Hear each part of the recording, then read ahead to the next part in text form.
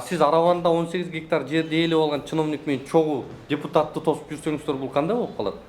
Логика каякта? Мына азыр карасаңыз, азыр мына менин орун басарым келди. Азыр мына Орун басарыңыз да чогуу жүрөт алар менен. Сиз тазасыз да, чымбы? Мен тазамын. Таза болсо эмнеге качып атасыз? Мен жооп берем, болду. Эмнеге качып атасыз? Мен качкан жокмун. Всё, письмени бер. Зачем? Калабай. Бул 18 гектар оюнчук эмес да, бул мамлекеттин жери болуп атат. Жок комментарий. Сен депутат катары колуңдан келеби бир нерсени чечип бере аласыңбы? Мына жерде 18 гектар жерди мына акчач киши ээлеп отурат деп айттыңызбы?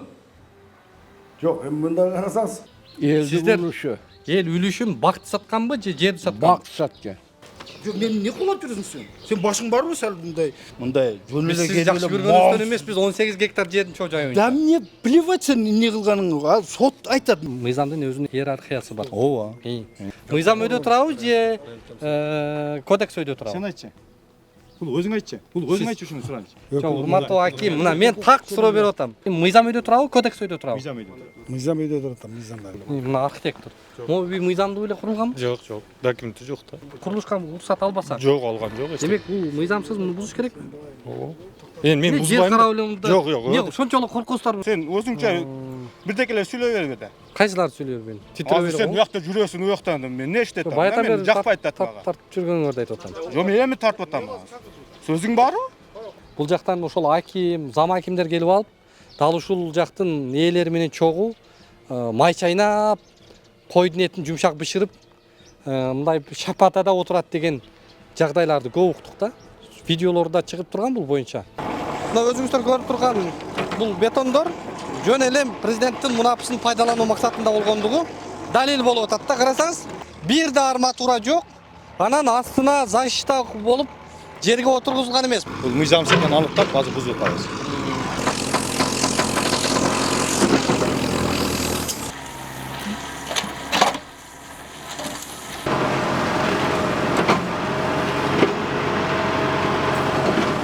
Сиздики бул? Мен долженмасына сенге жооп берген. Бияк сиздикиби? Эшитмадым. Бар, Султан. Эшитмадым. Бар. Мунапыстын максаты эмне? Мындайда биринчиден өзүңөр белгилеп кеткен жаңы келип атам.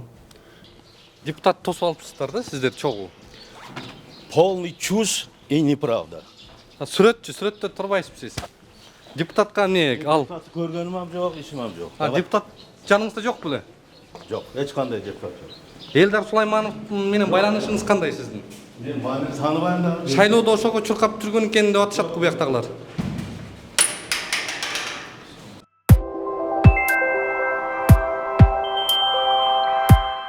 Москвадагы мекендештерге жарыя, алыстагы боордоштор. Сиздер үчүн Ваш стоматолог клиникасында сонун мүмкүнчүлүк түзүлгөн. Дареги Лухмановская метросу, Светоозерская көчөсү 32. Медициналык борбордо стоматологияда бардык кызматтар көрсөтүлөт. Терапия, гинекология, урология бөлүмдөрү, анализ тапшыруу, УЗИ. Саат 9-дан 21:00-гө чейин жума бою дем алышсыз кызмат көрсөтөт. Ваш стоматолог заманбап жабдууларды орнотуп, тажрыйбалуу такшалган дарыгерлерди гана ишке алган. Улукбектин катталуучуларына атайын акция жана арзандатуулар каралган. Клиниканын стоматологиясында 20% акция, рентген жана консультация акысыз, ишемби күнү УЗИ акысыз, ал эми жекшемби күнү терапевттин кабыл алуулары акысыз. Ваш стоматолог сиздин ден соолугуңуздун сакчылыгында.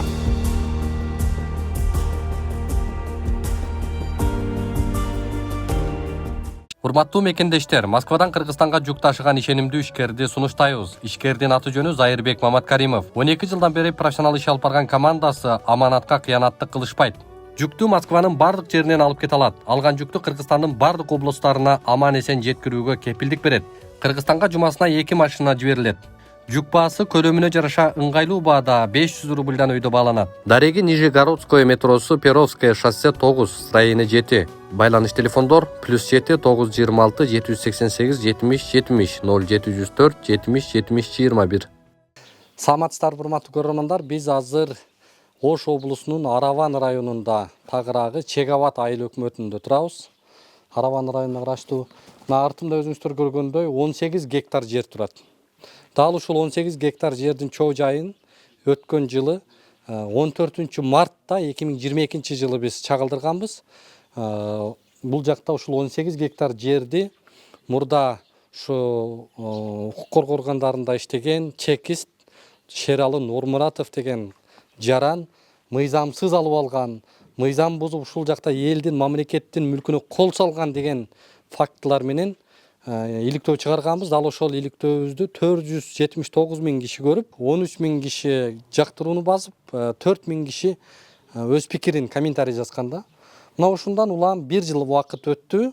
Ошондо биз зам акимди жетелеп келип, акимге айтып, ушу жергиликтүү бийликке биз мыйзам чегинде чара көргүлө. Бул президенттин жанагы мунапысын пайдаланып, бул шылуундар бул жакка менчиктебесин деп айттык элек. Мына ошондон улам прокуратура иш козгоп, бүгүнкү күндө сот процесстери жүрүп атат. Кылмыш ишин ачкан бул боюнча. Бирок учурда курулуш иштери жүрүп, мыйзамсыз фундаменттер монтип курулуп жатыптыр да. Булар жок болчу былтыр. Ушинтип өсүп күндөн күнгө көтөрүлүп, мыйзамдан өйдө туруп алып атышат. Анан жергиликтүү бийлик буга эч бир чара көрбөй атат. Мына караңыздар, бул жакка үй түшүп калган. Тескерисинче бузулмак турсун, булар жокко чыкмак турсун, көтөрүлүп мондай үйлөр түшүп атат да. Бул эмне деген жагдай, эмне деген көрүнүш, мыйзам эмне үчүн ушундай чиновниктерге иштебейт деген суроо бизде мындай жаралып атат да. Эмне үчүн ушуга чара көрбөй атасыңар, урматтуу аким, айыл өкмөтү деп таң калып атабыз да. Дал ушул жагдай боюнча эми биз Бишкектен келдик. Бүгүнкү чыгарылышта ушул 18 гектардын чоо жайын кайрадан бир көңүл буруп, кайрадан сиздердин назарыңыздарга алып чыгууга туура келип атат. Бүгүн биз сиздерге дал ушул акыбалды көрсөтөбүз. Жергиликтүү бийлик эмне кылып атат, сот иштери жүрүп аткандыгы тууралуу, ошол учурда прокуратура кандай чара көрүп атат, деги эле бул жерге ким чекит коет, качан бул мыйзамсыз жагдай токтойт деген суроону койгону келдик. Алдыда биз сиздерге ушунун баарын ачыктап айтып беребиз. Биз менен болуп туруңуздар. Дал ушул Аравандагы жер боюнча акимге келдик. Акимдин 1 жыл аралыгында кандай аракеттерди көрүп атат, эмне иштерди жасады, деги эле аким бул боюнча ою кандай экендигин бир тактап көрөлү, жүрүңүздөр. Айтыңызбы? Ассаламу алейкум. Кандайсыз байке? Жаныңыз жакшыбы? Жакшы элесизби? Иштериңиз жакшыбы? Жакшы, Кудай деп турса. Жакшы. Жакшы болмай. Атыбыз Улукбек мындай. Тааныштырып коелу. Таанышпыз да. Таныштык бар, иштешип жүрөбүз. Өзүңүз айтып коюңуз, көрөрмандарыбыз үчүн. Мен Араван районунун акими. Кулубаев Сейтек. Жакшы. Агай эме боюнча биз буга чейин 18 гектар 19 сот жердин чоо жайы боюнча сизге маалымат берип Нурмуратов. келген элек. Ошол иш эмне болуп атат деп кайра келдик. Прокуратура иликтеп чыгып, дуарыс келтирип, калыбына келтирүү боюнча. Андан ары ошол туура эмес, жанагы учурунда туура эмес берилип кеткен кооперативтер негизинде жыйын өтүп, биргелешкен жыйын өтүп, анан ошол негизинде берилди деп анан кооператив мүчөлөрүнүн көбүнүн макулдук албай калган дегенде прокурор дуарысын келтирип сотко берген.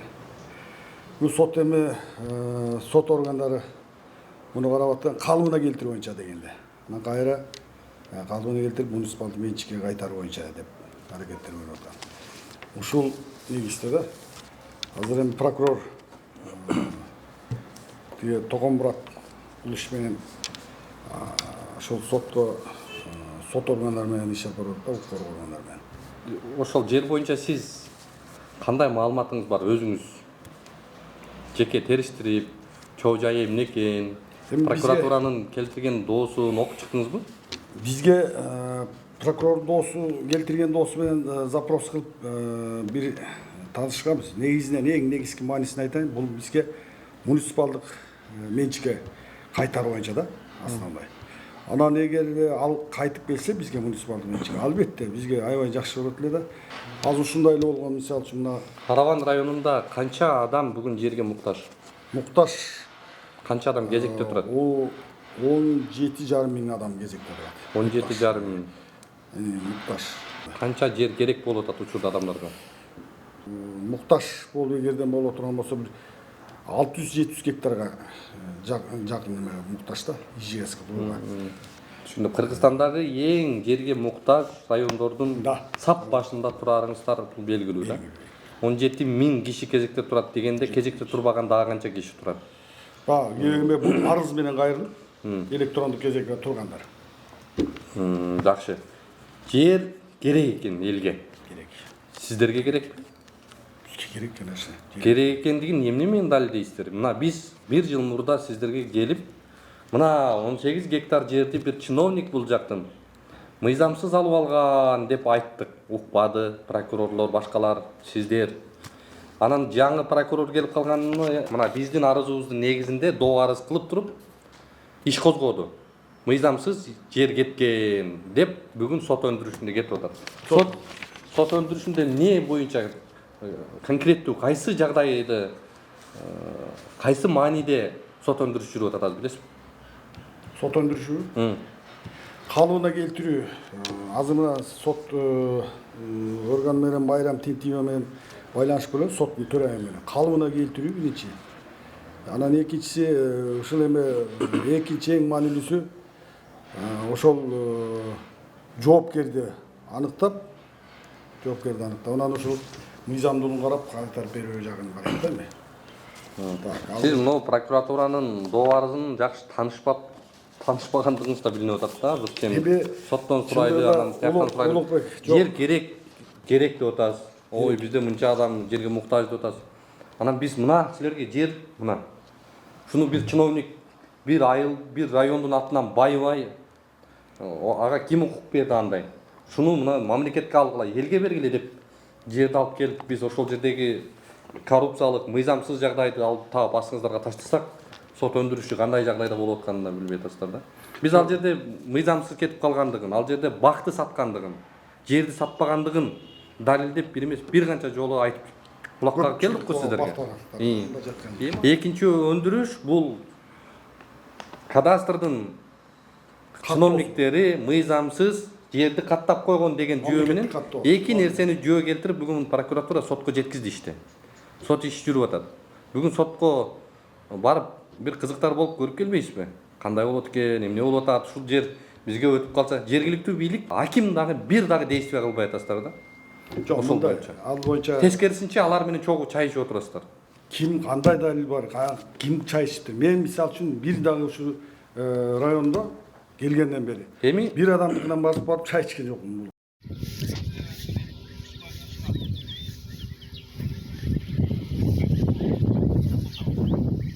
Ошо бу жерде кичине саатындай сейил бакылып саңсыган жер коюп атышыбыз. Бакылып койгондон кийин панорама экен да, бизде панорама экен да. Бул гиластар капельное орошение бар.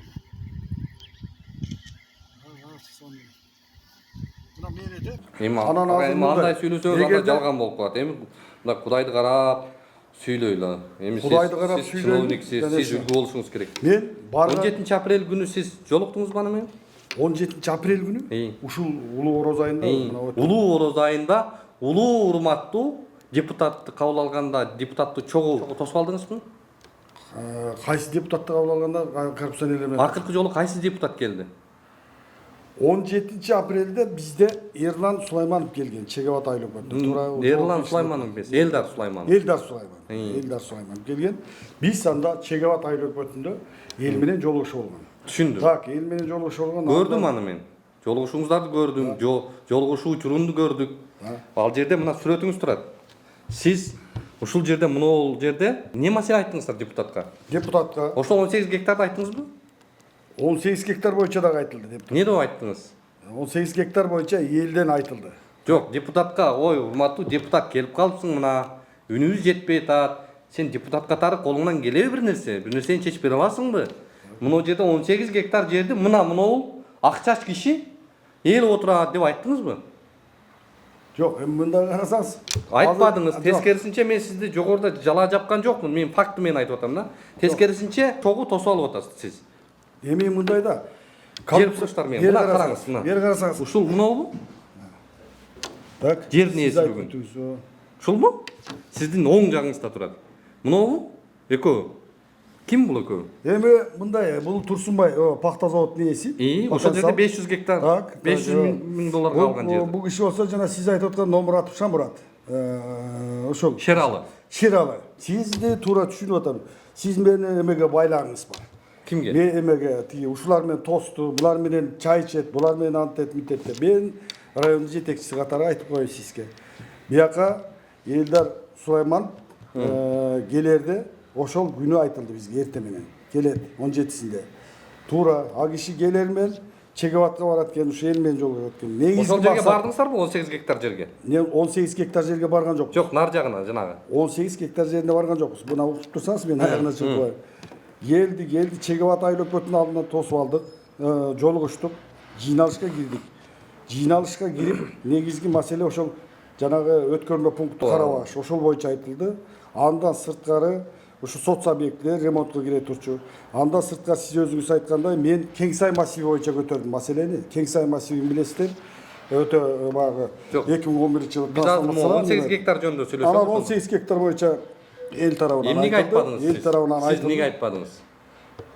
Эмнеге айтпадыңыз? Эл тарабынан Же айтылды. крыша бул Элдар Сулайман. Эч кандай крыша-мырышасын билбейм. Ал жерден сиз мындайча айтканда күнөөлөп атпайсыз. Мен бул киши келгенден кийин а жерге соц объектиге барганбыз. Бул Төлөн эме Орозова мектебине Мына бардык. айыл өкмөтү, аким, депутат, 18 гектар жердин ээси, анын жанына жана эс алуучу борбор салып алган дагы бир Азыр мен бизнесмен. тастыктай турган киши анан зам чакырам. аким. Агай ал мейли ал Тастыктай жазып.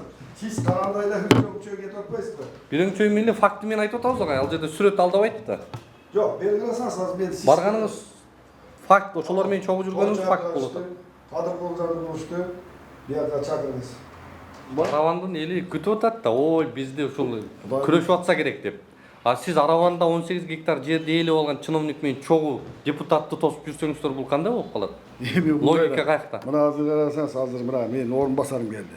Азыр мына. Орун басарыңыз да чогуу жүрөт алар менен. Жок, эми кая турсаңыз да. Ал жерде алгана кишилер эмес, биз эл менен жолуктук да Чегеват. Анан булар кантип келди деп кимде закондо барбы? Эл өзүнчө жүрөт. Сиздерди коштоп жүрөт, бул видеолор да бар бизде. Жок, коштоп жүрсө, мына айтсаңыз, коштоп жүрсө алар Чегеватка барыптыр, жанагы эме Элдар Сулайман депутат келди. Эмне Элдар Сулайман крыша кылайын деп атабы кандай? Жок, эми аны мен кайдан билем, крыша эмес. Ал киши депутат катары, эл өкүлү катары келди. Эл менен жолугушту. А жерден а жерден жанагы ким Турсунбай потенциал пахта заводунун директору. Анан берки эме ал кадимкидей эле жарандар менен кошо келди. Андан кийин биз барган соц объектиге Орозова мектебинде. Ошол жакта а кишилер туруптур. Ушул сүрөт ошол. Түшүндүм, мейли. 18 гектар жерине барган жокпуз. Эми бул жерде бир мындай акыбал туура эмес көрүнүш да, мындай. Биз Бишкектен келип атабыз. Бишкектен ушул 18 гектар жер үчүн мына 1 жыл мурда көтөрдүк элек, эч бир жергиликтүү бийлик тараптан кыймыл болбой атат.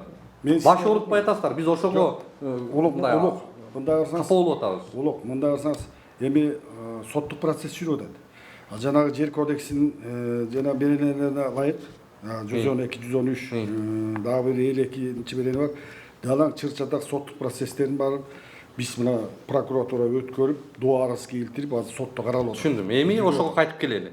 Жакшы айттыңыз. Президенттин жер боюнча мунапысын пайдаланып, бул жерге шылуун чиновник фундамент куюп, буну мыйзамдаштырган атат деп көрсөткөнбүз. Бузгула ошону дегенбиз. Буздуңуздарбы? Мен сизге суроо берип атам. Ошол жердеги фундаменттер бар да. Комиссия төрагасы бүт жанагы 109-чу мыйзам. Эртең комиссиянын төрагасына президент чалбайт, эгерде бул жагдайды президент көрсө сизге чалат. Жок, бери карасаңыз, 109-чу мыйзам боюнча биз туурабы? Бүт жана мунапыска каралбаган мыйзамсыз курулуштар 21-жылдын 2021-жылдын декабрынан бери өстө караткан эмелерди биз райондук ички иштер бөлүмүндө өткөзүп атабыз. Кээ бирөөнү мыйзамсыз курулуш ээлери 2021-ден бери курулган. Ошо 109-чу мыйзамдын негизинде биз эмеге ээлери өздөрү ыктыяр түрдө бузуп атат. Мындай бузулдубу? 117 эме. Жок, агай, биз мына азыр айланбайлы Биз так суроо берип атабыз сизге. 18 гектар жеринде сүйлөшүп атабыз. 18 гектардын ичинде фундаменттерди куюп, бүгүнкү күндө үйлөр да курулуп кетиптир ал жерге азыр. Ошол боюнча сиздер эмне иш чара көрдүңүздөр? Biz алдын ала бүт бардык службалар чыгып, ошолорду активировать этип, кээ бир жарандарыбыз өзүнүн ыктыяры менен бузуп атат. Кээ бири болсо бузбай моюн толгондор болсо. Азыр биз баксак баары бузулуп турган болобу? Туурабы? Тойчу абдаш. Ал кайсы жерде именно эме болот, мына бул киши Сиз алар менен чайга гана барат экенсиз да жерде мындай. Фундаментти да бир байкап коюшуңуз керек экен. Азыр эми заман кыласыз. Мен эми эфирдеги элдер да туура эмес түшүнүп алышы мүмкүн. Бунун шоуну айтпайт, чынын айтайын. Мен да жаранмын, мен да жаранды укугум бар. Жетекчиден мурун дагы. Мен Кыргызстан жараны катары айтып коеюн. Анын бир чайын ичкенде, же бир чайына, же башкасына кызыкчылыгым жок эч кандай. кезекте сиз акимсиз. Кызыкчылыгым жок. Ооба, мен биринчи кезекте акиммин. Райондук туура район үчүн жооп Президенттин берем. өкүлүсүз. Президент сизди ишенип жиберди. Райондун жүрмөсү боюнча жооп берем. И ошол колубуздан келген аракетти көрүп атабыз. Колубуздан келген аракетти көрүп атабыз. Аракетиңизде ошол жердеги фундаменттер бузулдубу? Так суроо берип Ошол жерде мына фундаменттер кайсы 18 гектарга мыйзамсыз курган фундаменттер бузулду деп атат. Мына комиссия төрагасы менен талабым боюнча чыгып жүрөт. Айтыңызчы. Сиз билбейсизби кандай? Жок. Бияка отурасыз, эме точнобаш. Берге отуруп алыңыз анда мындай стол коюп эле. Айтыңыз комиссия төрагасы атар. Мына служба бүтүп болот. 18 гектар жер боюнча сурап атты да именно. Сиз акимдин биринчи орун басары жер боюнча. 18 гектар боюнча Аты жөнүңүздү айтып коюңуз көрөрмандар үчүн. Сатыбалдиев Тойчубай биринчи орун басар. 18 гектардагы ошо курулган 6 неме бар, 6 5 неме бар, фундаменттер урулган, Седөдүбеч. Бул боюнча биз азыр комиссияда караганбыз, бирок комиссиядан ал неме өткөн эмес, ал эмечи, эмне боюнча. Эмнеси өткөн эмес мындай? Комиссиядан өткөн жок, ол кыйкырып эле сүрөсөң да жакшы элечи. Кыйкырып эле сүрөң, эмне кыйкырасың? Комиссиядан өткөн жок ол. Кайсы комиссиядан? Комиссия көп да. Жер боюнча, мунапыс боюнча комиссиядан өткөн жок алчы. Президенттин мунапысына кирбей калды. Жок, буну өткөргөн ал комиссиядан өткөн жок. Значит, тийиштүү службалардын эмеси заключениясы өткөн жок ол боюнча. Ал неме бузуш бузбаш айыл өкмөткө тапшырма берилген. Ошо чекеден бузат бардыгычы. Район боюнча 118 бузулду азырчы. Район боюнча 118 мейли. Так суроо берип атабыз. 18 гектар жердин ичиндеги биз көрсөтүп берген мынооларды бузгула деп сиздин көзүңүзгө көрсөтүп берген фундамент Аны сен буз деп айта албайсың. Аны ыйгары муктуу органдар бузат. Анычы сен айтсаң эле биз буза албайбыз анычы. Ыйгары муктуу органдар бузат. Айыл өкмөт, ошол тийиштүү органдар бар. Ал жерде 109-токтом боюнча жазылган. РОВДга берилген тапшырма, айыл өкмөттөргө берилген, ошолор жеринде бузуп атат. Район боюнча 118 бузулду. Кайсы ыйгарым укук менен биз айтсак сиз буза албайсыз? Биз аны буза албайбыз, например, сен айткандай эле бузул деп буза албайбыз. Тийиштүү органдар айтат. Бул убагында курулганбы, убагында мыйзамды ошолор тактайт. Аны биз тактай албайбыз. Аны биз тактай албайбыз, анычы. Неге? Аны тийиштүү органдардан сура. Президент эмне үчүн сиздер фундаментти азыр агай. Азыр сиздер тактай албай турбайсыздарбы? Сиздердин колуңуздар кушалып турбайбы ал иш боюнча? Тийиштүү ыйгарымда отуруп бар.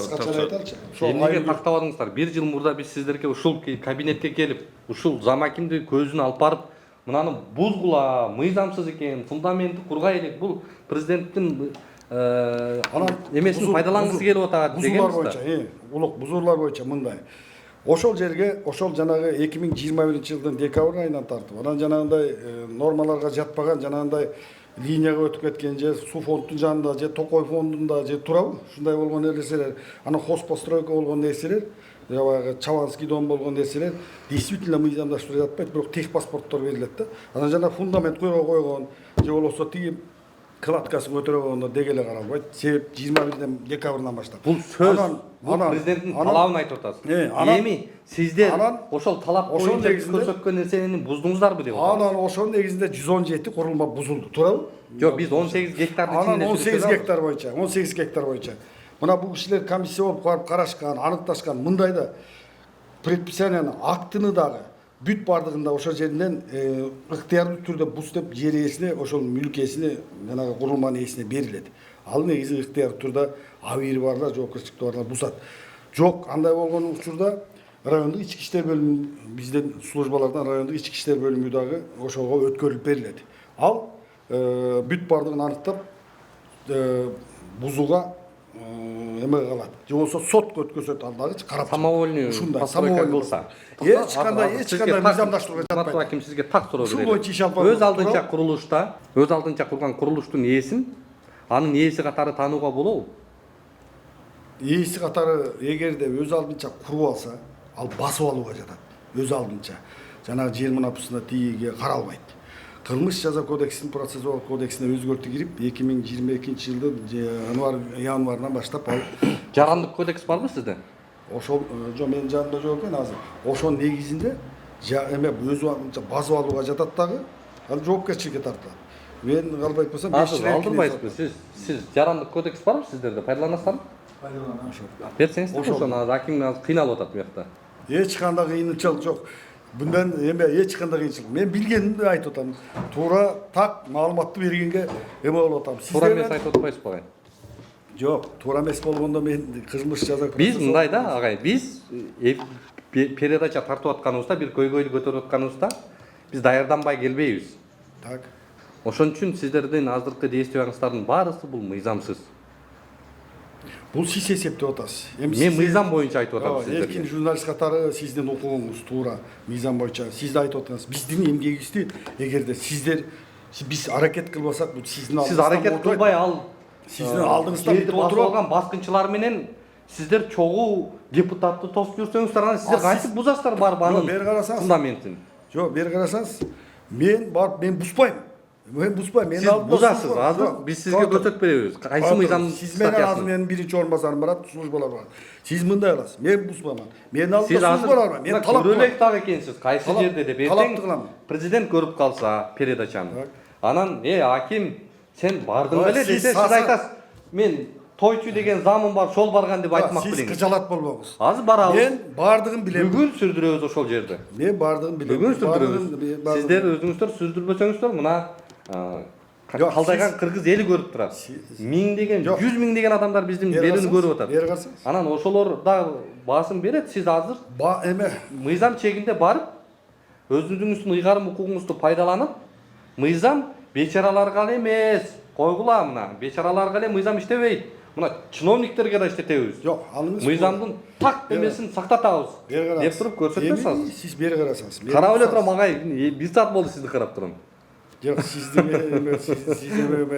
эме көрөрмандар дагы путаницада эме кылбаңыз да, калыстык эки жактын эмеси бар да чындыгында. Күнгөй тескеги. Туура 18 гектар жер боюнча мен сизге кошуп.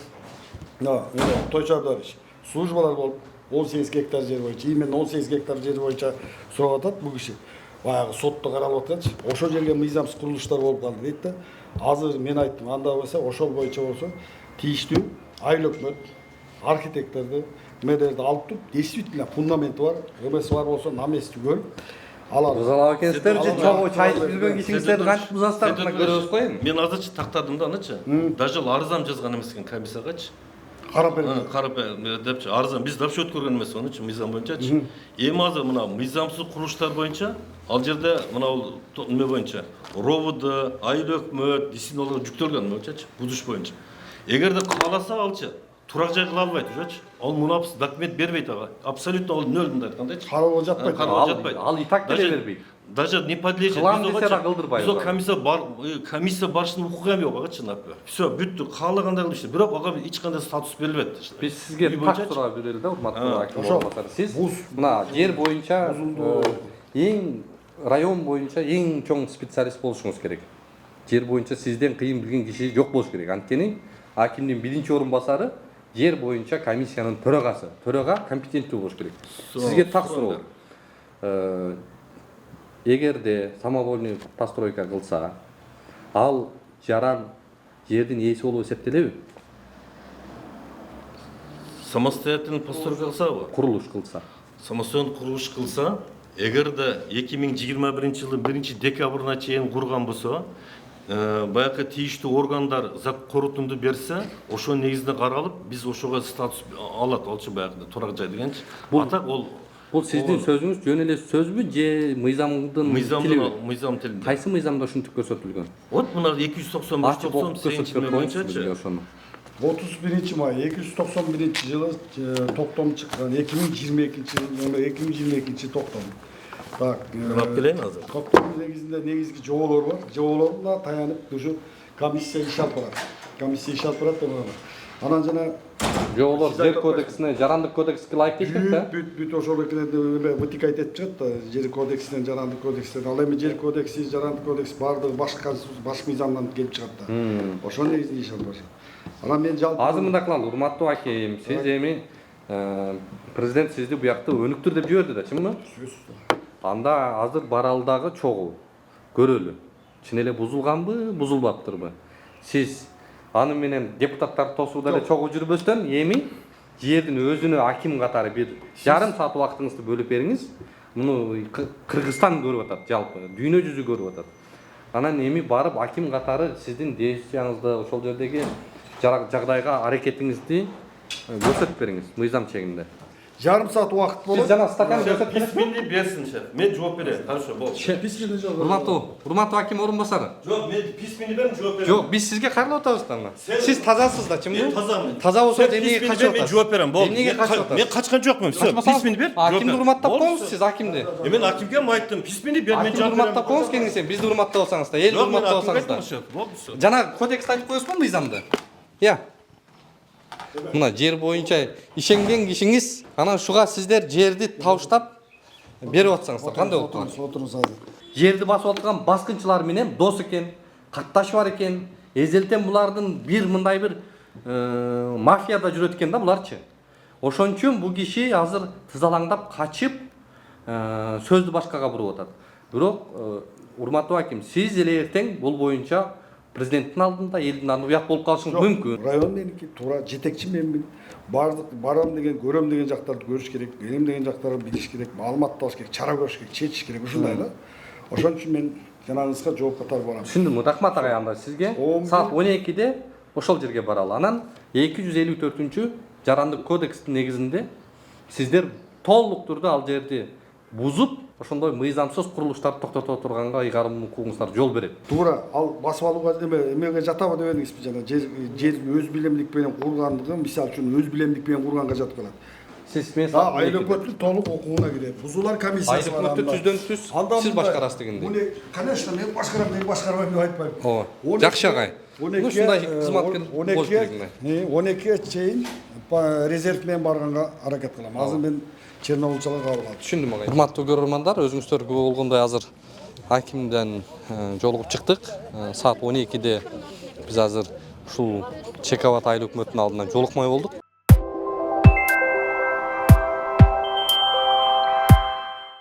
Биз азыр Араван районундагы райондук сотто жарандык иш боюнча дал ошол 18 гектар жердин чоо жайын кароо үчүн бүгүн сот процесси болот. Азыр биз карайлык, саат канчада биздин иш каралат. Мына бул жерде карасаңыздар, жарандык иштер боюнча турулуш керек эди доскада. Март бойдон калып кетти. 9 март 13:00-дөгү иш боюнча бул жер алмашылбаптыр да. Эмнеге алмашылган жок? Бул жака бүгүн келсе сот иши жок экен. Анткени бул жерде доскада илинүү жок. Эми сурайлы өздөрүнүн эшиктер такылдап. Буякта ким бүгүн? Ким карайт? Бул доска. Канцелярия. Буякта. Кабылдамады канцеляриясы кагында. Канцелярия каякта эле? Канцелярия бул жакта.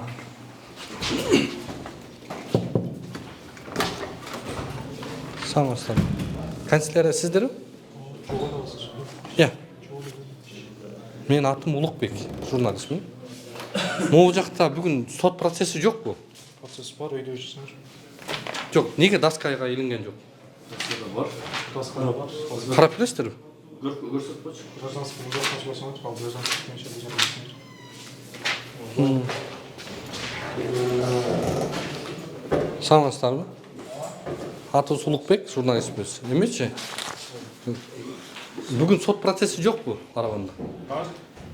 Каякта? Ушул Араван. Атыңыз ким? Ильяс. Жарандык иштер боюнча сиздер Жарандык иштер боюнча. көрсөтүп бериңиз сот процесске. Биз келсек доскада эч нерсе жок. Бүгүн саат 11 канчада сот бар? 10-да процесс бар. Ушул жака тизмеселенген жарандык иштер. Биз таппай койдук бе?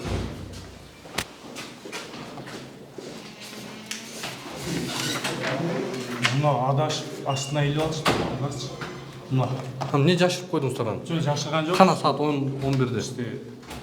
Мени койгонмушпу, адашып кое алышыптыр.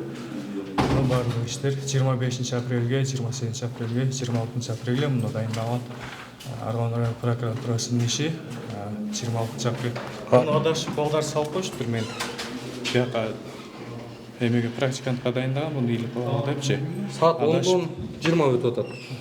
Неге башталды? Сиздердин ишиңиздер боюнча 28 ГД номери Арган райондук прокуратурасы жоопкер эмелер. Билип бериңизчи бизге. Хорошо, азыр судьяга чыгып ассистент чыгып. Тактап бересизби? Күтүп туралы бу жерде?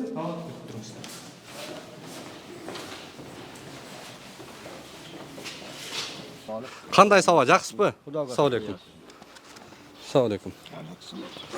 150 tip almanı pon ne taşlam. Kандай oturasыздар? Sot hali Sot. yok ki. Sotqa. Kelmaptır ki sotga keldik. Saat 10 geldi, sotga o'zi yok. Şeralı siz davayka. Жер боюнча 18 гектар боюнча. Мен комментарий бербейм. Неге? Зачем? Бул 18 гектар оюнчук эмес да, бул мамлекеттин жери болуп атат. Жок комментарий. Неге? Не хочу и все. Каалаган иши. Жо бул каалагандагыдай эмес да, сиз Мен жооп бербейм дагы и каалабайм. жо негизи акысызбы? Жериңизди мыйзамдуу эле алгансызбы? Мыйзам бул. Кантип далилдеп бересиз? Далилдебейм. Далилдеп эле мыйзамдуу дей бересизби? Сот далилдейт. Так, башка сөз. Жактоочуңуз жооп бере алабы? Каякта жактоочуңуз?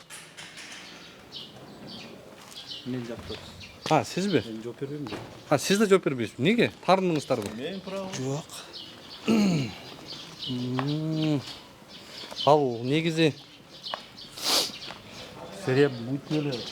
прокуратура ойноп бош калганынан иш ачып Билбейм. сотко бербесе керек. Прокуратура жөнүндө комментарий. Прокуратурага сотко басым жасай бербек эле да. Басым деген өзү эмне? Сиз адвокат, юрист болсоңуз сиз билесиз да. Кайсы учурда басым болот? Бул басым болот да. Кантип басым болот? Мен сага как юрист катары айтып атам.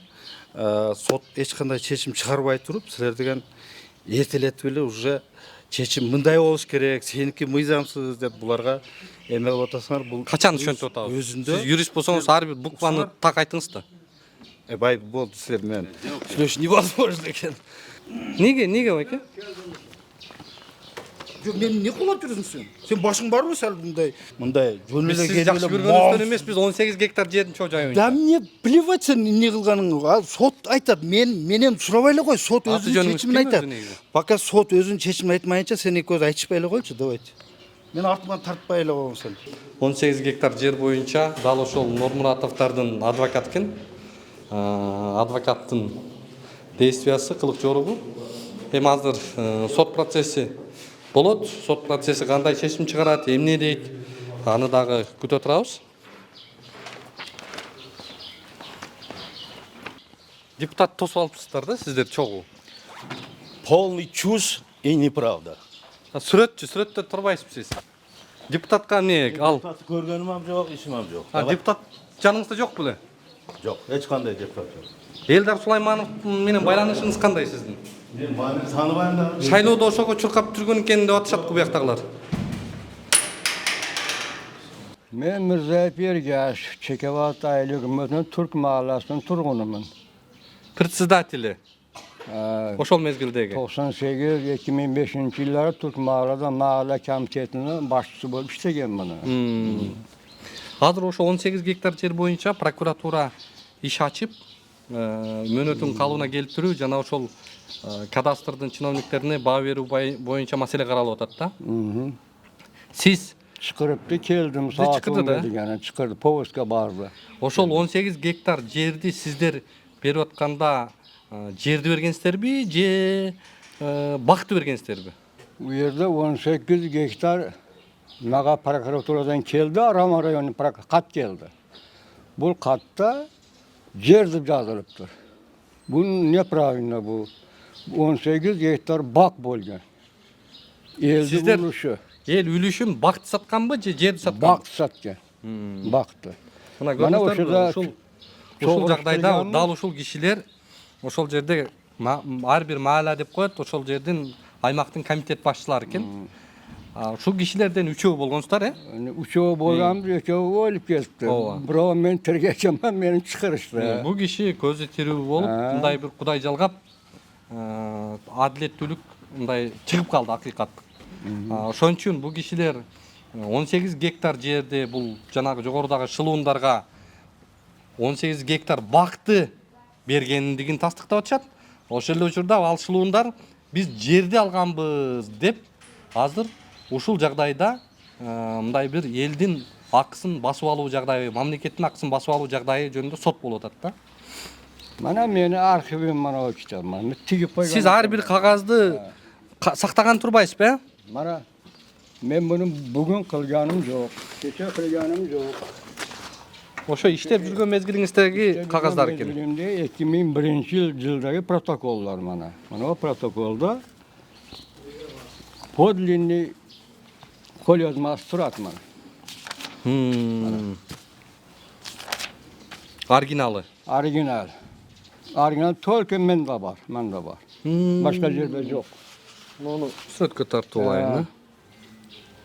20-январь 2001-жылы Mağla kentinin jarp çoğuluşunu kılgan ekanmiz. 2 masala qaralgan.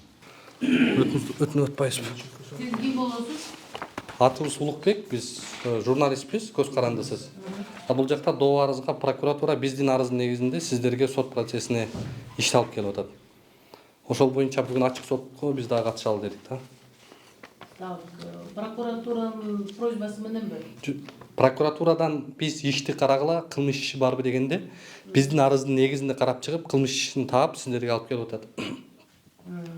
Так, андан кийин Андан кийин ошол сот процессиндеги жагдайды бизде окугубуз келип атат.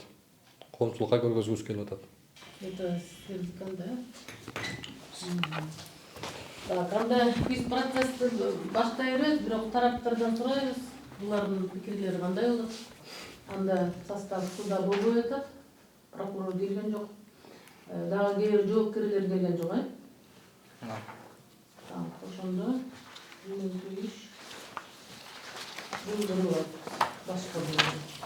Урматтуу көрөрмандар, өзүңүздөр күбө болдуңуздар, сот процессине катышып чыктык. Бирок тилекке каршы сот отуруму толук болбой, сот 10 май саат 11-ге жылдырды. Бирок биз бул жагдайды жерде калтырбайбыз. Кандай чечим чыгат, эмне чечим чыгат, сот канчалык мыйзамдын үстөм экендигин көрсөтүп берет. Аны буйруса сөз сиздерге көрсөтүп беребиз.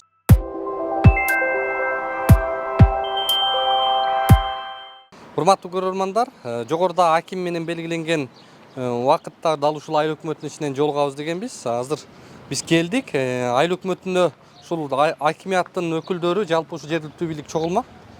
Анан бул жерге азыр Чекават айыл өкмөтүндө жашаган социалдык муктаж үй бүлөлөр үчүн акысыз дүкөн деп жакшынакай кире беришинде айыл өкмөтүнүн дал ушундай магазин кылып коюптур. Бул жардамга муктаж үй бүлөлөр ушул жерден келип арызыңыздарды жазып, Чекават айыл өкмөтүндө ушул жерден айыл өкмөтүнөн сурасаңыздар социалдык жардам көрсөтүлөт экен. Кийимден баштап тамак ашка чейинки акыбалдар экен. Биз азыр сиз архитектор ким? Данияр Сидиков Данияр.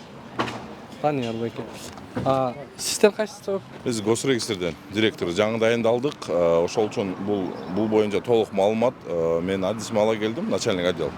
Ушул жооп берип койсо, толук маалымат. Сиздин аты жөнүңүз? Алмаз Кудайбердиев, кадастр мамлекеттик мекемесинин каттоо бөлүм башчысы. Азыр эми мына биз жагдайда көрдүк. Кандай кылабыз азыр? Жерине барабыз жерине, бирок азыр сүрдүрөсүздөрбү? Жок, мында толук сиздерде азыр ыйгарым укугуңуздар турат. Кыска айткылачы, службалар айтсын, ана мен Архитектура уруксат алганбы жерлерге? Жок, бизден эч кандай документи жок курулуштарга. Эч кандай архитектуралык чечим берген эмессиз? Жок.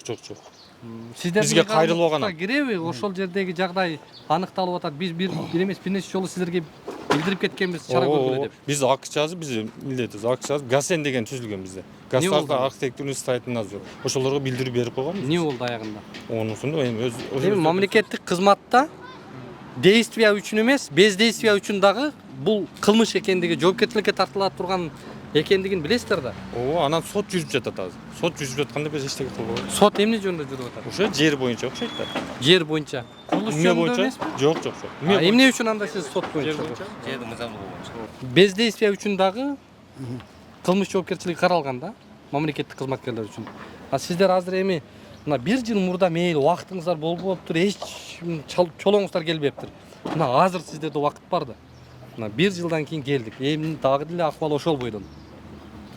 Эгер сиздер таза болсоңуздар, ошол чиновниктер менен табакташ болбосоңуздар, анда мыйзамды көрсөтпеңиздер, мыйзамды иштетпеңиздер. Так, мындай. Табакташ деген ал жанагында экөөбүз сүйлөштүк, сиз экөөбүз менин кеңсемде. Ал маселе такыр эле ашыкча. Мындайча айтканда эч кандай мамиле жок. Адамдарга кандай мамиле болсо меники ошондой эле. Службалар менен алып кел, мына өздөрүнөн бир кыска маалымат ал дедим. Бир экөөнөн алдыңыз окшойт. Азыркы учурда келишим ошол 18 гектар жерге тийиштүү кандайча өткөн келишим жокко чыгаруучу прокурор доо арыз берип, азыр биздин сотто каралып атат. Жарандык эмеде иштер боюнча сотто каралып атат. Сот учурунда ал жерге ошол бузуулар боюнча булар комиссия чараны көрө албайт экен. Себеп соттун азыр териштирүү болуп аткандыгынан анан жыйын чыккандан сразу болот экен. Мен мында жоопкерчиликти айтып коеюн.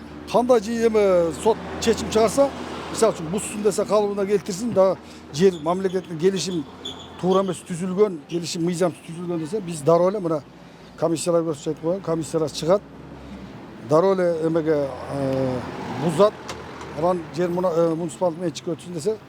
Урматтуу аким, сиз менен жогоруда талкуулап келбедикпи? Сизге айтып бердик, көрсөтүп бердик сот процесси эмне үчүн, кандай негиздеме менен кетип аткандыгын. Ал жерде курулуш жөнүндө сот процесси болбой эле? Жок. Биз азыр курулуш жөнүндө сөз кылып атабыз. Курулушту бузгула деп атабыз. Азыр мына сиздер кылчактай турган жагдай жок кылчакта. Азыр мына сизди көчүрүшү громкоска коюп деле жолдош прокурорго чалып коюп, мыйзам сакчысына. Ошол экен айтса, кандай десе, мына ошол экен айтса. Чалып көрүңүз прокурорго деле. Сот ошол жерде курулуш жөнүндө болуп атабы сот? Буйруктун негизин алат. Жок, сот курулуш жөнүндө болот. Бирок ошонун ичинде кандай объект болсо биз укугубуз жок аны бузганга, жармаганга. Себеби ал 18 гектар жер азыркы күндө соттук процесс жүрүп атат ал боюнча. Кызыкчылык жокпу сизде? Жок, андай кызыкчылык жок биз. Эгер мыйзамсыз, мыйзам бузулат алчы. Биз 1 жыл мурда келип сиздерге көрсөтүп айткансыңар, ооба, айткансыңар. 1 жылдан бери кыймылдаган жоксуз. Сиз жер комиссиясынын төрагасы болуп. Ушул комиссиянын курамы ушул райондогу канча мыйзамсыз объект бар деп туруп аныктап чыгып атат. Ошол аныктаган Чегабат Айылөкмөтүгө эле жооп берейин мен. 86 тизменин ичинде азыркы 5 фундамент бар. Эми кимиңизге да ишелел? Бул аким жок деп атса. Бизде мен официальный кагаз менен көрсөтөм. Мына комиссия 86-ны киргизди. Киргизгенден кийин сен келип тарткандан кийин резонанс жаралды дагы. Прокуратура бул ошол объект, ошол жер, ошол жердеги территория менен иш козгогондо булар бизге аз бербей атат. Булар силер аз бербедиңер, силер өзүңөр неинтересованный лист экенсиңер деп туруп, биз барып бузалы десек, мынабыл чыгарган комиссиянын чечимиге биз каршы чыгып калабыз. Себеп комиссия 86 объектке кошуп киргизип койгон Т1 деген тизмеге. Бүгүн ошол Т1деги тизме мамлекетте официальный болуп турат. Анда жок, эгер мына токтомго же жобого өзгөртүү киргизиш керек. Эгер фундаменттин ээси аз бербесе, комиссиянын эмеси, түзгөн тизмеси официальный болбойт деген. Комиссияны ким кылды ошону? Комиссияны 291-токтомдун негизинде. Комиссиянын төрагасы мына ушул киши. Комиссияны сиз кылдыңыз барып ага? Комиссияга сиз киргизипсиз буяка. Эмнеге киргиздиңиз аны? Комиссияны биз түзгөнбүз, райондук администрация. Бирок жерлерде кадастр службасы, архитектура службасы, тийиштүү службалар биригип мени биринчи тыны толтурган, биринчи тескеменч. Ошондо бүт курулуп калган баягы фундаменттерди бүт бардыгын булар учетко алып чыккан. Кийин 291 токтом. Биз так эле суроо берип атабыз сизге. Комиссиянын мүчөсү, төрагасы катары сиз ошол Нурмуратовдардын участогун сиз кылдыңызбы? Комиссия мен кылган жокмун. Тийиштүү мына адистер кылган, немелер кылган. Төрага сиз катары кол койдуңузбу? Төрага катары мен кол койгонбуз, бардыгыбыз. Аким башка бардыгы кол койгонбуз. Ошол бизде видеодо кадрларыңыз бар. Ошондо биз сизге көрсөтүп атабыз. Муну жакында куруптур. Бул президенттин президенттин мунапысын пайдаланып атат экен деп бузгула ушуну деп сизге көзүңүзгө көрсөтүп айтпадыкпы? Эмнеге сиз кошуп койдуңуз? Мына сен келген мезгилде 291 токтом жок эле. Турабы? 291 мыйзам чыгыр эле. Ол апрель айында чыкты. Неме мыйзам чыкты. Андан кийин комиссия түзүлдү. Кийин жерлерде 8 апрель 2022 жылы президенттин мына өз билемдикти алдын алуу боюнча жарлыгы чыкты. Ошо жарлыкты аткаруу алуу боюнча биздин 157 райондук администрациянын буйругу чыккан. Ошол буйруктун негизинде айыл өкмөттөргө, укук органдарына, водный земельный агентствого тапшырмалар берилген. Бузуш боюнча ушулар иш алып барыш керек болот. Буну, например, райондук комиссия алып барбайт ал боюнча. Биз айыл өкмөткө тапшырма берип атабыз. Район боюнча жана мен айттым. Биз так суроо берип атабыз сизге. Эмне үчүн сиз Нурмуратовдардын 5 участогын Нурмуратов эмеспи, Ахматов, Ташматовпу биринчи тыга кирген бардыгы. Ал жерде не турган? Алар баардык учетка алынган. Жаңы коюп аткан болсо. Баардык учетка алынган ал жердечи. Кайсы кийин комиссия такташ керек. Аны комиссия тактап анан чыгат. Мына биз азыр эч кандай чечим кабыл алган жокпуз булар боюнча. Комиссиянын төрагасы сиз да. Мен төрагасы мен. Бирок биз ошол мезгилде курулган баардык турак жай фундаменттер кирген ал жердечи. Ал Нурмуратовдуку, Паланчаевдуку, Ахматовдуку киргизбе деген укук болгон эмес ал жерде. Тапшырма болгон эмес. Жаңы кургандарга киргизбегиле деп президент айтпады беле? Ал жерде биз и так мына бул эч кандай документ берген жокпуз буларга. И так даже комиссия караган жок бул боюнчачы. Комиссия жокко чыгарбайсыздарбы аны? Эми чыгарат анычы комиссиянычы. Биз комиссияга арыз берсе анан карайбыз. Арыз берсе биз карай албайбыз анычы. Азыр Мурат агаш, момундай маселе. Мындай. Мына жерден Т1ге арыз жок экен. Азыр келишим сотто каралып атса, биз мына азыр мен эме айлоклор жанында туруп, биз бузганга, буздурганга аны фундаментти келишим сотто болсо, буздурганга укугубуз барбы мындай? Кандай болуп атат ушунда? Азыр эми судебный жазба жүрүп атпайбы? Мына айым Кудай буйрса жана келишим жокко чыкса и так эле бузабыз. Жок, азыр сот процесси ал бузбоо курулуш жөнүндө эмес да, жөн. Момундай болду, момундай дагы талаш тартыштар болуп атат да, тактык жаралат деп атабыз да. Сот курулмага тиешеси жок, жерге тийиштүү деп. Сот таптакыр башка жөндө болот. Жер участогуна тийиштүү болуп атат. Ал эми курулма деген кийин курулган. Четек Төлөтбекич. Эгерде ошондой неме болот атса, арыз жазсын да, момун мыйзамсыздык неме депчи. Андан кийин карап көргүлө да силер. Азыр мындай кылалы. Бизге урматтуу аким, урматтуу айыл өкмөтү, сиздер 254-жарандык кодексте так көрсөтүлгөн ыйгарым укугуңуздарды пайдаланып, мыйзам чегинде чара көрүп бериңиздер деп атабыз.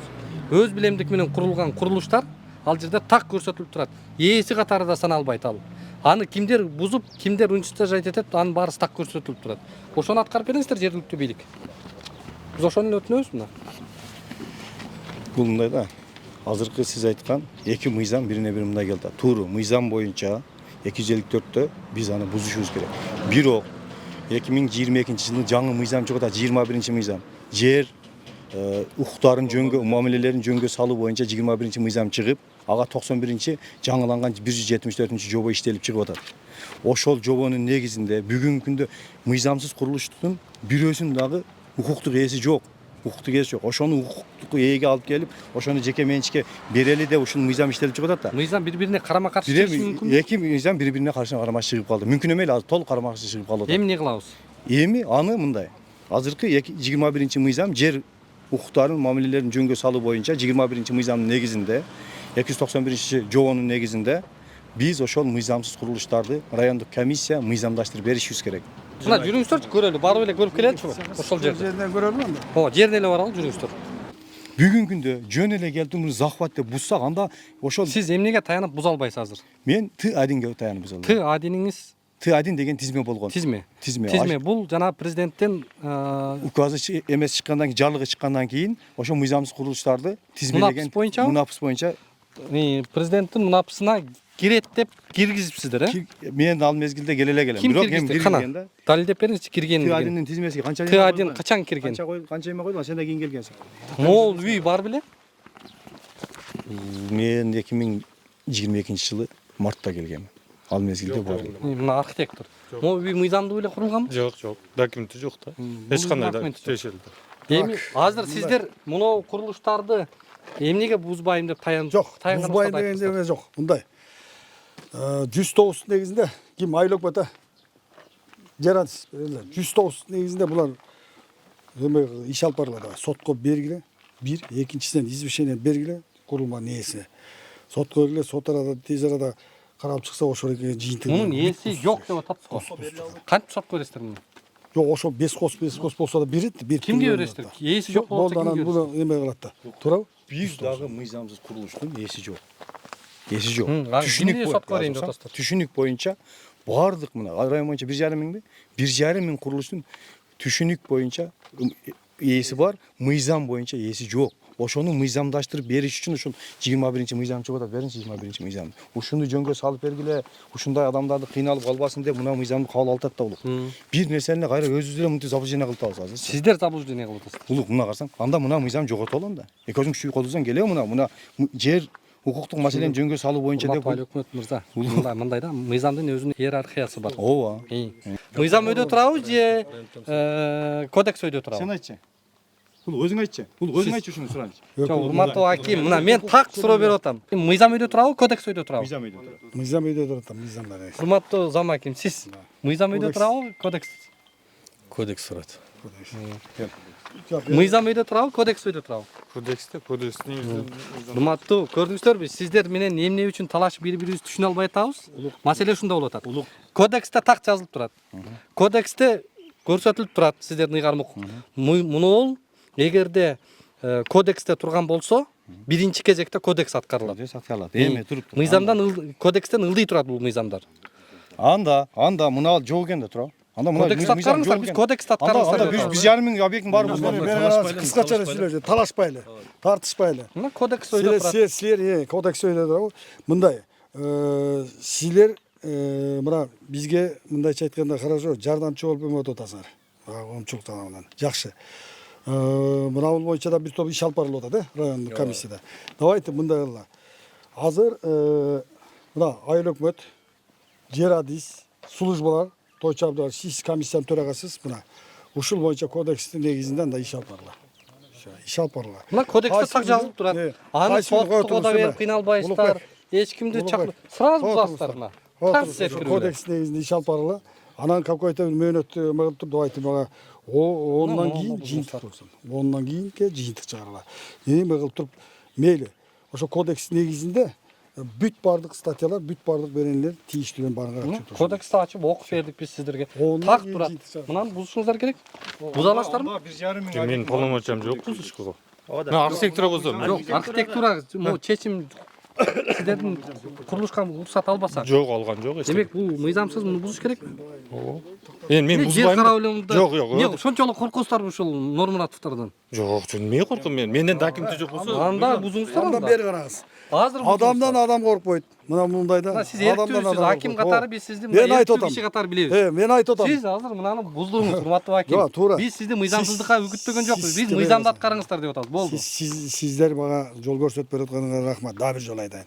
Биринчиси, жардам берип Бишкектен келип атабыз сизге. Кодекс негизинде иш алып барат. Мына мен азыр сиздердин көзүңүздө дагы бир жолу тактап айтам. Райондук жер мунапысын жүргүзүү тартиби жөнүндөгү комиссиянын төрагасы катары бул киши ушул службалар менен, айыл өкмөт менен, адис менен жер кодексинин негизинде иш алып барат да бул жерде тартипке келтирүү. Азыр кылыңыз, сиз урматтуу аким 1 жылдан бери жүрөбүз. Кармадың мен. Болду. Сиз маселе чечишиңер керек да бул нерсе. Ондан кийин чечем. Болду, всё. Урматтуу көрөрмандар, мына өзүңүздөр көрүп болгондой аким кетти. Мындайча айтканда эшектин тушоосун да чечпей кетти. Эмне үчүн кетти? Жогорудагы биз буга чейин айтып аткан сүрөттүн бир чоң мандеми бар экендигин белгилегибиз келип атат да. Ошол жогорку кеңештин депутаттары менен чогуу аким, ошол зам аким, жергиликтүү бийлик чогуу табакташ болуп, ошо депутатты чогуу тосуп жүргөндүгүнүн бир сыры бардай да. Ошон үчүн алар кетип, могул фундаменттерди бузганга дареметтери жетпей атат. Эгер таза болсо, эгер ооздору майланбаган болсо, эмне үчүн бул нерсеге мындай жалтактап атышат да? Бечаралардыкын айкоюна карабай туруп, сүрдүрүүчүсүн сүрдүрүп, камачысын камап, жоопко тартуучусун бат эле тарттырып коюп атышпайбы? Сен өзүңчө бирдеке эле сүйлөй бер беде. Кайсыларды сүйлөй бербейм? Азыр сен уякта жүрөсүң, уяктан мен не иштеп атам? Мен жакпайт да мага. Тартып жүргөнүңөрдү айтып атам. Жок, мен эми тартып атам. Сөзүң барбы? Сөзүм бар, сөзүм бар, сөзүм бар. Мен укугум Сөзүм бар. Бул жактан ошол аким, зам акимдер келип алып, дал ушул жактын ээлери менен чогуу май чайнап, койдун этин жумшак бышырып, мындай шапатада отурат деген жагдайларды көп уктук да. Видеолорду да чыгып турган бул боюнча.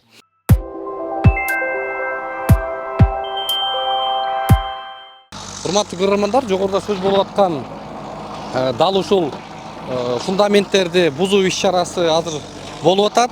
Жергиликтүү бийлик, ошол эле айыл өкмөтү, жер адистери жана бул жерди мыйзамсыз куруп койгон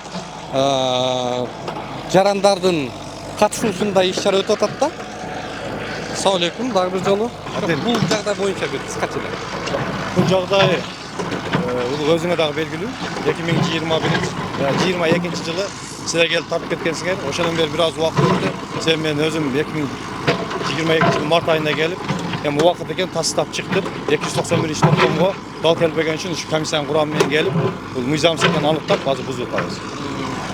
Бул процесс канча жалпы эле ушул башта чейин болобу кандай? Азыр бул жерде 5 фундамент бар. Баягында силер алдын тарткан 5 фундамент бар. Ошол 5 фундаментти бузуу процесси чыгып. Мына азыр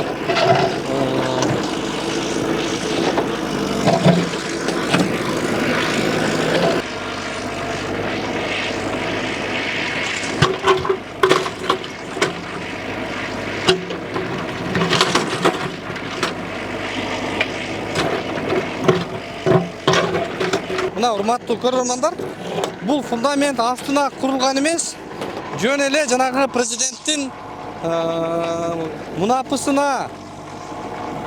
Мына өзүңүздөр көрүп турган бул бетондор жөн эле президенттин мунапысын пайдалануу максатында болгондугу далил болуп атат да. Карасаңыз, бир да арматура жок.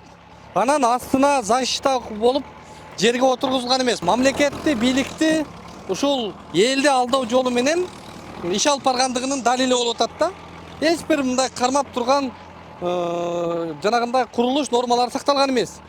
Анан муну жөн эле эл көзүнө бул фундамент болгон, анан тигинде мындай деп шылтоологону аракет кылып аткан да.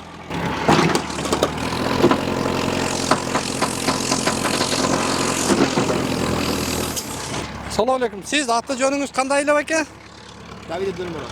Дилмурат ака, сиз бул айыл өкмөттө жер адиси, ооба. Бүгүнкү иш-чара боюнча кандай комментарий бересиз? Бүгүнкү иш-чара боюнча бузулуп атат эndi бул. Өкмөткө буйругу менен негизинде бузулуп атат. Буга чейин эле ушуну бизди келтирбей эле кылып койсоңуздар болбой беле? Endi bu fundamental T1'e kirgende de tizmeye kirgende. Beta komissiya var, rayonda komissiyasi var. Şu protokolunu biz jintir çıkan yok. Şunun için biz T1'ge emne üçün kirgizdingizler bul jerde? Biz kelgende Bu jerde dokumenti yok mu? Yok, fundamentti biz kelgende var edi. Fundament var. Aldabаңызчы, biz kelgende көрбөдүк беле, тетигине карабайсызбы, көрүнүп эле турбайбы? Yok, biz kelgende var. Bir de armaturası yok içinde. Biz kelgende fundamenti var edi. Armaturasını men bilmem, var mı yok mu? Biz kelgende fundamenti var edi komissiya. Bu prezidentin janagı münapıсын пайдалануу эмеспи? Yok, unda emas. Kepildik berесизби? Biz kelgende var edi. Түшүндүм, мейли. Бул жердин документи бар жокпу? Göz aktısı var. Документи бар да? Göz aktısı var. Göz akты деген бул документти да. Dokument o. Göz akты бул токтом негизинде берилет да, чынбы? Ооба. Сиз жер адиси. Айтыңызчы, президенттин мунапысы бул эмне жөнүндө болгон? Президенттин мунапысы жери, документи жок жерлерге уруксат берүүбү же мыйзамдаштыруубу же документи болсо дагы мыйзамдаштырып берүүбү? Prezidenti mizamida shunday aytilgan. Qurilish bitmagan, qurilishi bitgan turar joylarga degan. Shu bo'ldi. O'ta dokumenti bor joyini men bilmayman. U narsa o'qigan joyman men. Prezident ал токтомдо так даана жазылып турат. Мунапыс ошол жердин документи жок, ээси жок, жанагындай кызыл китеби жок жерлерди мыйзамдаштырып бергиле деген жагдайда болуп атат. Бул жердин кызыл китеби барбы? Аны десе уруш жерге сабагалар бар. Улардан да берип атат. Кызыл китеби бар беле бул жерде? Китеби бар. Кызыл китеби бар. Документи бар жерди бүгүн сиздер мунапыска кошуп атасыздар, T1 менен. Ооба. Түшүнүктүү, мейли эми. Ал боюнча өзүнчө укук коргоогундар баа берет сиздерге. Үй салам деген максаты менен курганда, башта адамдар муну эмне деген тереңдикке киргизип, андан сырткары ортосуна курулуш мыйзамдарына ылайык арматураларды коюп, жана башка жагдайлардын баарын эске алмакта. Бул жерде жөн гана мунапысты пайдалануу максатында жергиликтүү бийлик, анын ичинде аким, анын орун басары буга кызыктар экендигинин бир далили катары көрсөк болот да.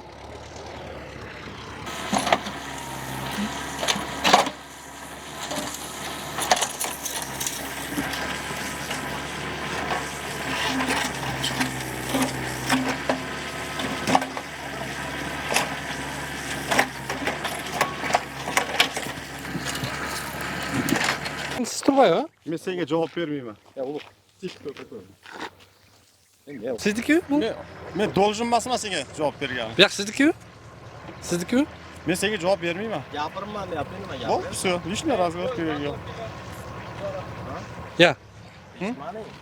Eshitmadim. Барсın, бар, Султан. Eshitmadim. Бар. Лишний разговор керек жоқ. Бұз деймін бол, яп деп кетірме, кете. Эмечи? Эмне мындай арматура койбой? Ол жерге арматура бар екен. Мооларга неге Жоқ, жок? оның арматура бар екен. Ал жерде. Жоқ? Ооба. Бол, все. Пул жоқ болып қойған. Пул жок болуп калды. Ошон үчүн кылдыңар муну, жөн эле. Неме еді? Муну жөн эле коюп койдуңар ошондо. Могу бир да арматура жок го эмнеге? Үй саласыңар буяка? Үй салуу максатында кылгансыңарбы? Бул лишний Я бұл отчет бермеймін. Кім бұл? Бұзсын бол, кетіп барады. Мына уктуңуздар, мыйзам бул сен кыйынсыңбы, сен кыйын эмессиңби, сен жөнөкөйсүңбү, сен ким экендигиңе карабай туруп, моундай мыйзам баарынан бир бийик турушу керек. Эмне үчүн ушундай курулуштарды куруп, мына тиги үй жок болчу, берки фундамент да жок болчу. Биз ошол жерден так видео тартканбыз. Видеону дагы азыр кадрга кошобуз ушул жерде. Кайсы фундаменттер бар эле биз келгенде. Ошондо жок болчу. Ошолор эми курулуп бүтүп калды, бирок ушундай беспредел болуп, ким кааласа каалагандай калчап, бул жакта ошол ишенгендери депутаттар, жогорку кеңештин депутаттары калкалап ушундай чиновниктерди. А бүгүн мына ушундай аракеттер жүрүп атат да. Бул жер бак тарактуу, бул жердин талаштуулугу бүт элек. Бул жерди Араван районунун тургундары жалпы ушул Араван районунун жарандарына тийиштүү жер экен. Ошол учурда буну фундамент деп азыр трансформацияга киргизип атат. Бирок бул жердин максаты бак тарактуу болуп атат. Андан сырткары бул жер үлүш жер болуп атат. Бул жердин бактарын Нурмуратов Шералы деген мурда чекис болуп иштеген чиновник бак тарактарды сатып алып, учурда эми жерлерин да кошо алып алгандыгын прокуратура органдары тастыктап, мына бул сотто процесс жүрүп атат. Бул жерде кылмыш болгондугун, бул жерде госрегистрдин кызматкерлери кызмат абалынан кыянаттык менен пайдаланып, ушул жерди мыйзамсыз менчик ээси кылып таанып бергендигин прокуратура аныктап, сот процесси жүрүп атат. Бирок ошого карабай жагдай тургандыгына мына үйлөрдү салып атат, буяка фундаменттерди куруп атат. 5 жылдан 7 жылга чейин эркинен ажыратылат деген кылмыш жаза кодексинин статьясы эмне үчүн бул чиновниктерге иштебейт? Же карганын көзүн чукубайбы? Же бул жакта акча берип коебу? Кандай баа бериши керек? Биз таң калып атабыз. Бул жерде жергиликтүү бийлик иштеши керек эле, аким иштеши керек эле, зам аким иштеши керек эле, жер боюнча комиссиянын төрагасы. Мына ушул суроо. Канча жолу келип кабар алдыңыздар? Могу курулуп атканга чейин байкаган жоксуздарбы? Жок, байкаган жокмун. Сиздерге айтылды белемби? Текшерип турбадыңыздар беле? Жок. Жергиликтүү бийлик Энди бизден иш көп да. Средств иштен бошобой турбайсыздарбы?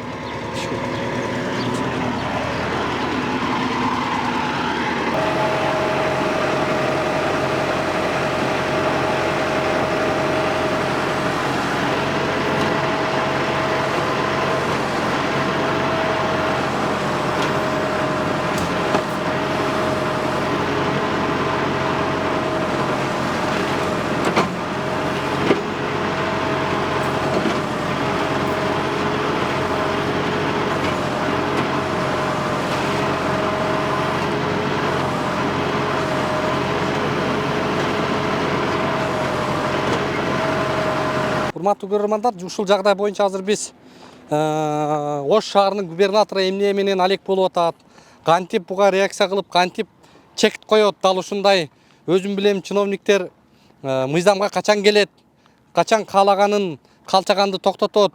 Мына ушул жагдайлар боюнча президенттин мунапысын өздөрүнүн кызыкчылыгына туура эмес бурмалап аткан жергиликтүү чиновниктерге кандай чара көрөт?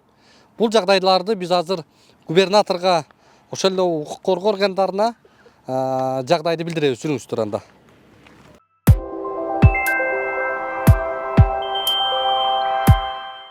Урматтуу көрөрмандар, биз азыр Араван районунун прокуратурасына келдик. Бүгүн биз бул Араван районундагы прокуратурага ошол Нурмуратов Шералы өзүнүн гос актысы канчалык мыйзамдуу, бирок учурда мыйзамдуу деп турган документи бар.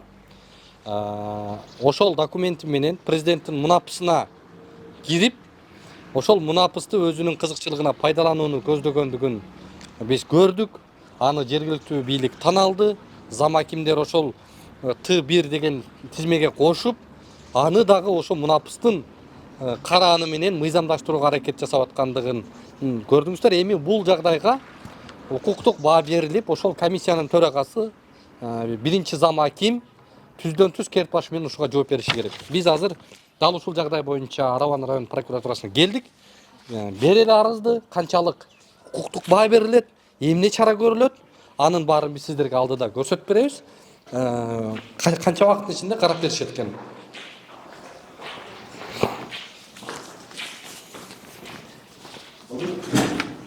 Саламатсыздарбы? Дагы бир жолу деп учурашып коелу.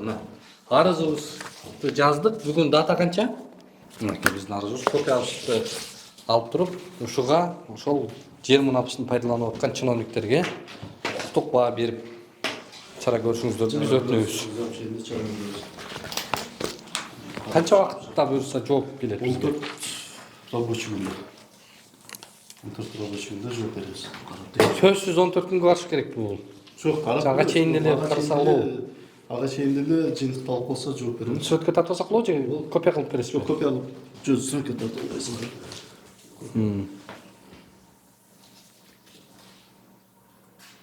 Рахмат, мейилиңиз жакшы турмуштар анда. Мына биз тапшырдык.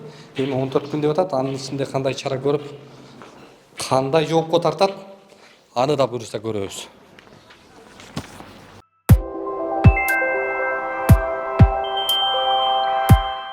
Кымбаттуу көрөрмандар, жогорудагы Аравандагы иш боюнча биз азыр Ош облусунун губернаторуна келдик. Азыр биз губернаторго ошол жагдайды көрсөтөлү, айталы, жеткизели, жеке ушул көзөмөлүнө алууну өтүнөлү. Кандай чаралар көрөт, кандай жыйынтыктар болот, ошол 18 гектар жердин мамлекетке, элге өтүшүнө губернатор канчалык салым кошо алат, анын баарын алдыда көрөбүз. Жүрүңүздөр алдына. Так, бизди калтырып койгула, сүйлөшүп алалы. Жо жардамчыларыңыз бул укса деле жакшы эле. Атыбыз Улукбек, фамилиябыз Карыбек уулу. Көрүп тааныйбыз да. Сиздин аты жөнүңүз? Элчибек Жантаев. Жантаев Элчибек. Биринчиден кабыл алгандыгыңызга ыраазычылык билдиребиз. Иш кандай, жакшы көнүшүп калдыңызбы? Көнүшүп атабыз, Кудайым буйрса жакшы. Эми сиз бул чөйрөдөн алыс эмес муниципалитетти, госуправленияны жакшы түшүнгөн киши катары тааныйбыз. Рахмат. Биз бүгүн бир жагдай боюнча келдик. Сизге ушул Араван районундагы Чекабат деген айыл өкмөт бар. 17 миңге жакын жашоочусу бар. Ошол Чекабат айыл өкмөтүндө мындан 1 жыл мурда дал ушул жерде сиздин ордуңуздагы мурдагы губернатор Зияидин Жамалдинович менен сүйлөшүп, анын орун басары жана блогер деп аткан Данияр Жаныкулов мырзага дагы ушул жерде маалымат бергенбиз. Араванда 18 гектар жер боюнча. Такталбаган маалыматтар боюнча ошол Зияидин Жамалдиновдун бир тууган мамилеси бар, тиги бул деген нерсени айтып жүрүштү, бирок ал боюнча биз иликтеп көргөн жокпуз. Элчибек агай, ошол Араван районунда 18 гектар жер бар экен.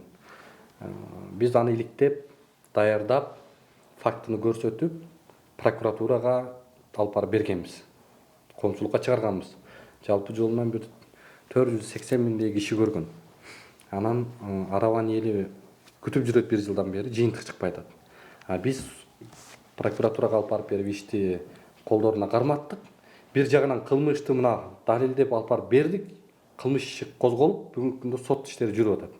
Экинчи жагынан эми ошол жагын мындай бүткүчө буягынан кайра башканы баштап атышат да. Бул претензия ким үчүн? Жергиликтүү бийлик, анын башында аким, орун басары үчүн. Биз бардык элементардуу ушул мыйзамдын өзүнүн нормалары, кодекс жогору турабы же мыйзам өйдө турабы деп элементардуу суроолорубузга дагы мындай жооп бере албай атат да. Анан ошолор менен спорт этип канча күн убактыбыз кетти.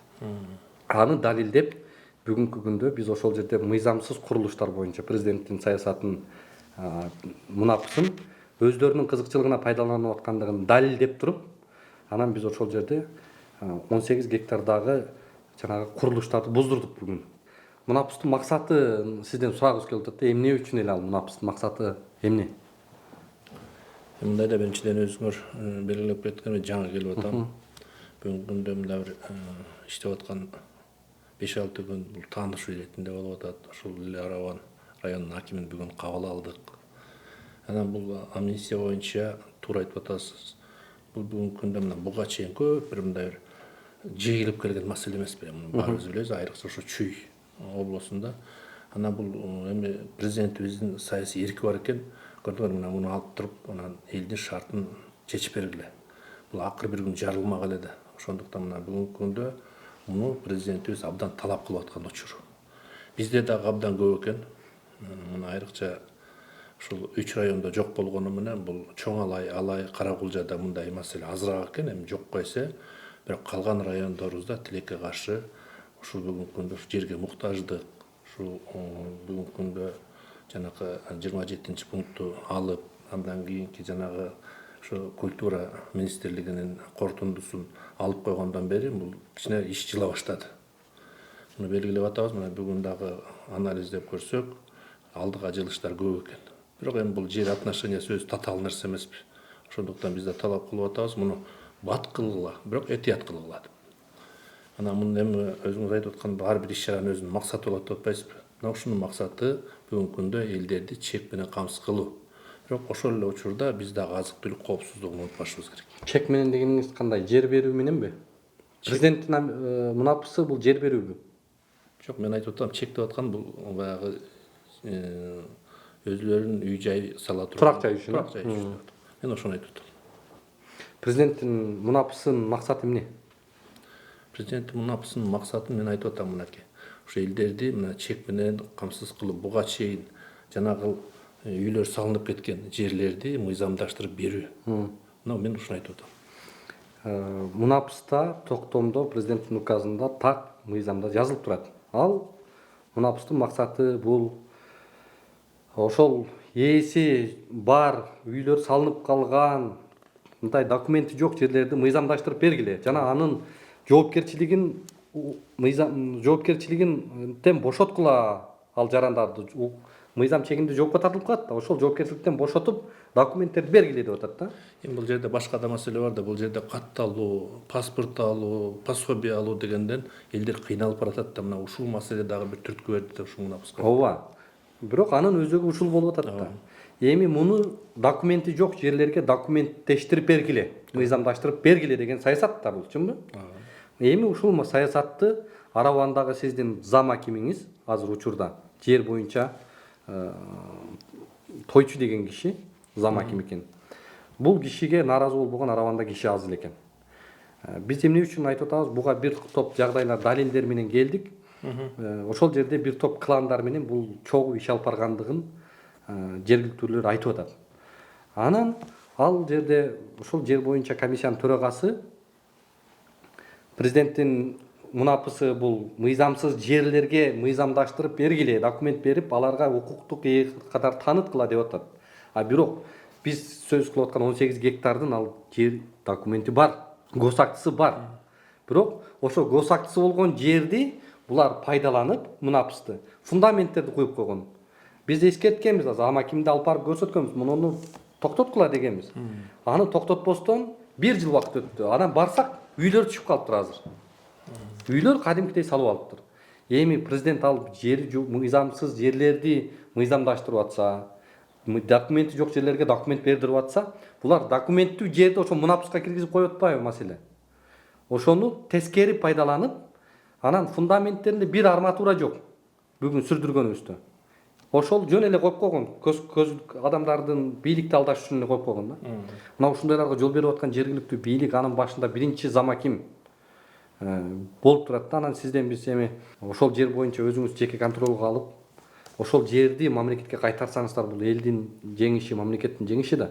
Бир райондун атынан бир чиновник чекс ким укук берди ага анчалык? Эл ал жерде 5 сотук жер $17.000 экен. 5 сотук жер алам десең $17.000 болушун керек экен. Бишкектен да кымбат экен. Оштон да кымбат экен. Ошончолук таңкыстык бар да. 18 гектар жерди ээлеп алып бүгүн ушу каалагандай калчып атат. Ошого чара көрүп бериңиз деп эле келгенбиз. Түшүнүктүү, эми 18 гектар жер биз үчүн абдан чоң аянт. Мына бүгүнкү күндө ошол жерге муктаж эл абдан көп экен. Ошол жерге келип көрүп атам. Мына мен ушу жеке кабыл алуумда дагы ар бир экинчи киши маган чек деп келип атышат да. Биз деле муну бир тыкыр көзөмөлгө алабыз. Бул көзөмөлгө ала турган маселе. Аны экинчи жагын өзүңүз дагы бир топ маалымат берип кеттиңиз. Бул эми мына ушу сотто каралып атат депчи. Эми мен ойлойм муну чекитти только сот коет. Аз калды. Бирок бул биздин көзөмөлүбүздө болот. Мен Арабандын акимин кайрадан бир сүйлөшөбүз. Замы боюнча жанагындай маселелерде аралашкандыгы болсо, бул мыйзам чегинде жооп берет. Т1 деген тизмеге кошуп коюптур да мынчу. Т1 деген тизмеге кошуп коюп, ошол чекисттин жерлерин бүгүн документтештирүүгө алып бараткан экен. Анан ал жерде эми сот иши ал таптакыр башка жөнүндө кетип атат. Бирок курулуш жөнүндө сот иши болбой эле. Барсак биз сот иши жүрүп атат, кечирип коюңуздар биз эч нерсе кыла албайбыз деп атат. Так жазылып турат. Сот кайсы иш боюнча сот процесси жүрүп атат, биз кайсы иш боюнча барып атабыз. Биз ал жерге сот ишине кийлигишкиле деген жокпуз. Биз курулуш иштери жүрүп атат. Бул жерде соттун тиешеси жок. Сот курулуш жөнүндө сот болгон жок. Силер мына курулуш кетип атат. Бул боюнча уголовный кодекстин 5 жылдан 7 жылга чейин камалат турган жоопкерчиликти президент айтып атат. Эмнеге муну кылбай атат деп биз ошол жагдайда айттык да. Рахмат сизге. Анда кийинкиде маалымат алып, анан жакшы бир өзүңүздүн контролуңузга алсаңыз жарайт. Каалашабыз. Ийгилик жакшылыгыңыз. Сизге дагы жакшылыгыңыз. Урматтуу көрөрмандар, мына биз азыр губернатордон чыгып баратабыз. Эми күтө туралы канчалык укуктук баа берилет, канчалык мыйзам чегинде бул жагдайга чара көрүлөт. Кантип ушул жерди өткөзүүдө биздин чиновниктер өзүнүн салымын кошот. Мунун баарын буйруса чагылдырабыз. Ошол учурда биздин дүйнөдөгү гумандуу, адилеттүү деген сотторубуз кантип баа берип, кантип чекит коерун дагы сиздерге кийинки чыгарылыштарда сөзсүз түрдө бул иштин жыйынтыгын көрсөтөбүз. Бар болуңуздар. Биздин баракчага жазылып, бөлүшүп, пикир калтырсаңыздар дагы да жакшы болот. Урматтуу мекендешим, өз үйүң, өлөң төшөгүң демекчи, бул заманда жеке турак жайлуу болууга эмне жетсин. Бул муктаждык боюнча ойлонуп жүргөн болсоңуз, биз сизге жакшы тандоо сунуштайбыз. Азыр мен турган жер Ылдыйкы Жал кичи районундагы Үмүт строй компаниясы куруп жаткан Мурас көп кабаттуу объектиси. Эмне себептен Үмүт строй компаниясын сиздерге сунуштап жатам? Бул биринчи кезекте документациясындагы тактык жана тазалыгында. Келечекте үйүңүздүн документине байланыштуу эч кандай кыйынчылыкка дуушар болбойсуз. Бул критерий учурдун эң негизги көңүл бурчу маселеси болушу шарт. Экинчи жагдай, курулуп жаткан үйдүн сапаттуулугунда Үмүт строй курулуш компаниясы сейсмологиялык коопсуздукка жана курулуш норма эрежелерин толук сактоого кепилдик берет. Аталган турак жай 10 кабаттуу комфорт класстагы Ылдыйкы Жал кичи районундагы Курчатова 23 дарегинде жайгашкан. Ошондой эле бала бакча, мектеп, жогорку окуу жайлары, поликлиника жана ири соода борборлору кадам сайын кезигет. Эң башкысы узак мөөнөткө 33 айга бөлүп төлөө мүмкүнчүлүгүнө ээ болосуз. Мурас көп кабаттуу объектисин 2025 жылдын 2 кварталында өз ээлерине тапшырууну пландашууда. Толук маалымат алуу үчүн дарегибиз Жаманбаева 36/1, байланыш телефондор 0501 44 22 22, 0221 44 22 22. Баса, бул курулуп жаткан көп кабаттуу үйдүн курулуш норма эрежелерин сактап куруусуна биз өз көзөмөлүбүздү жүргүзүп турабыз. Андыктан кабатырланууга негиз жок.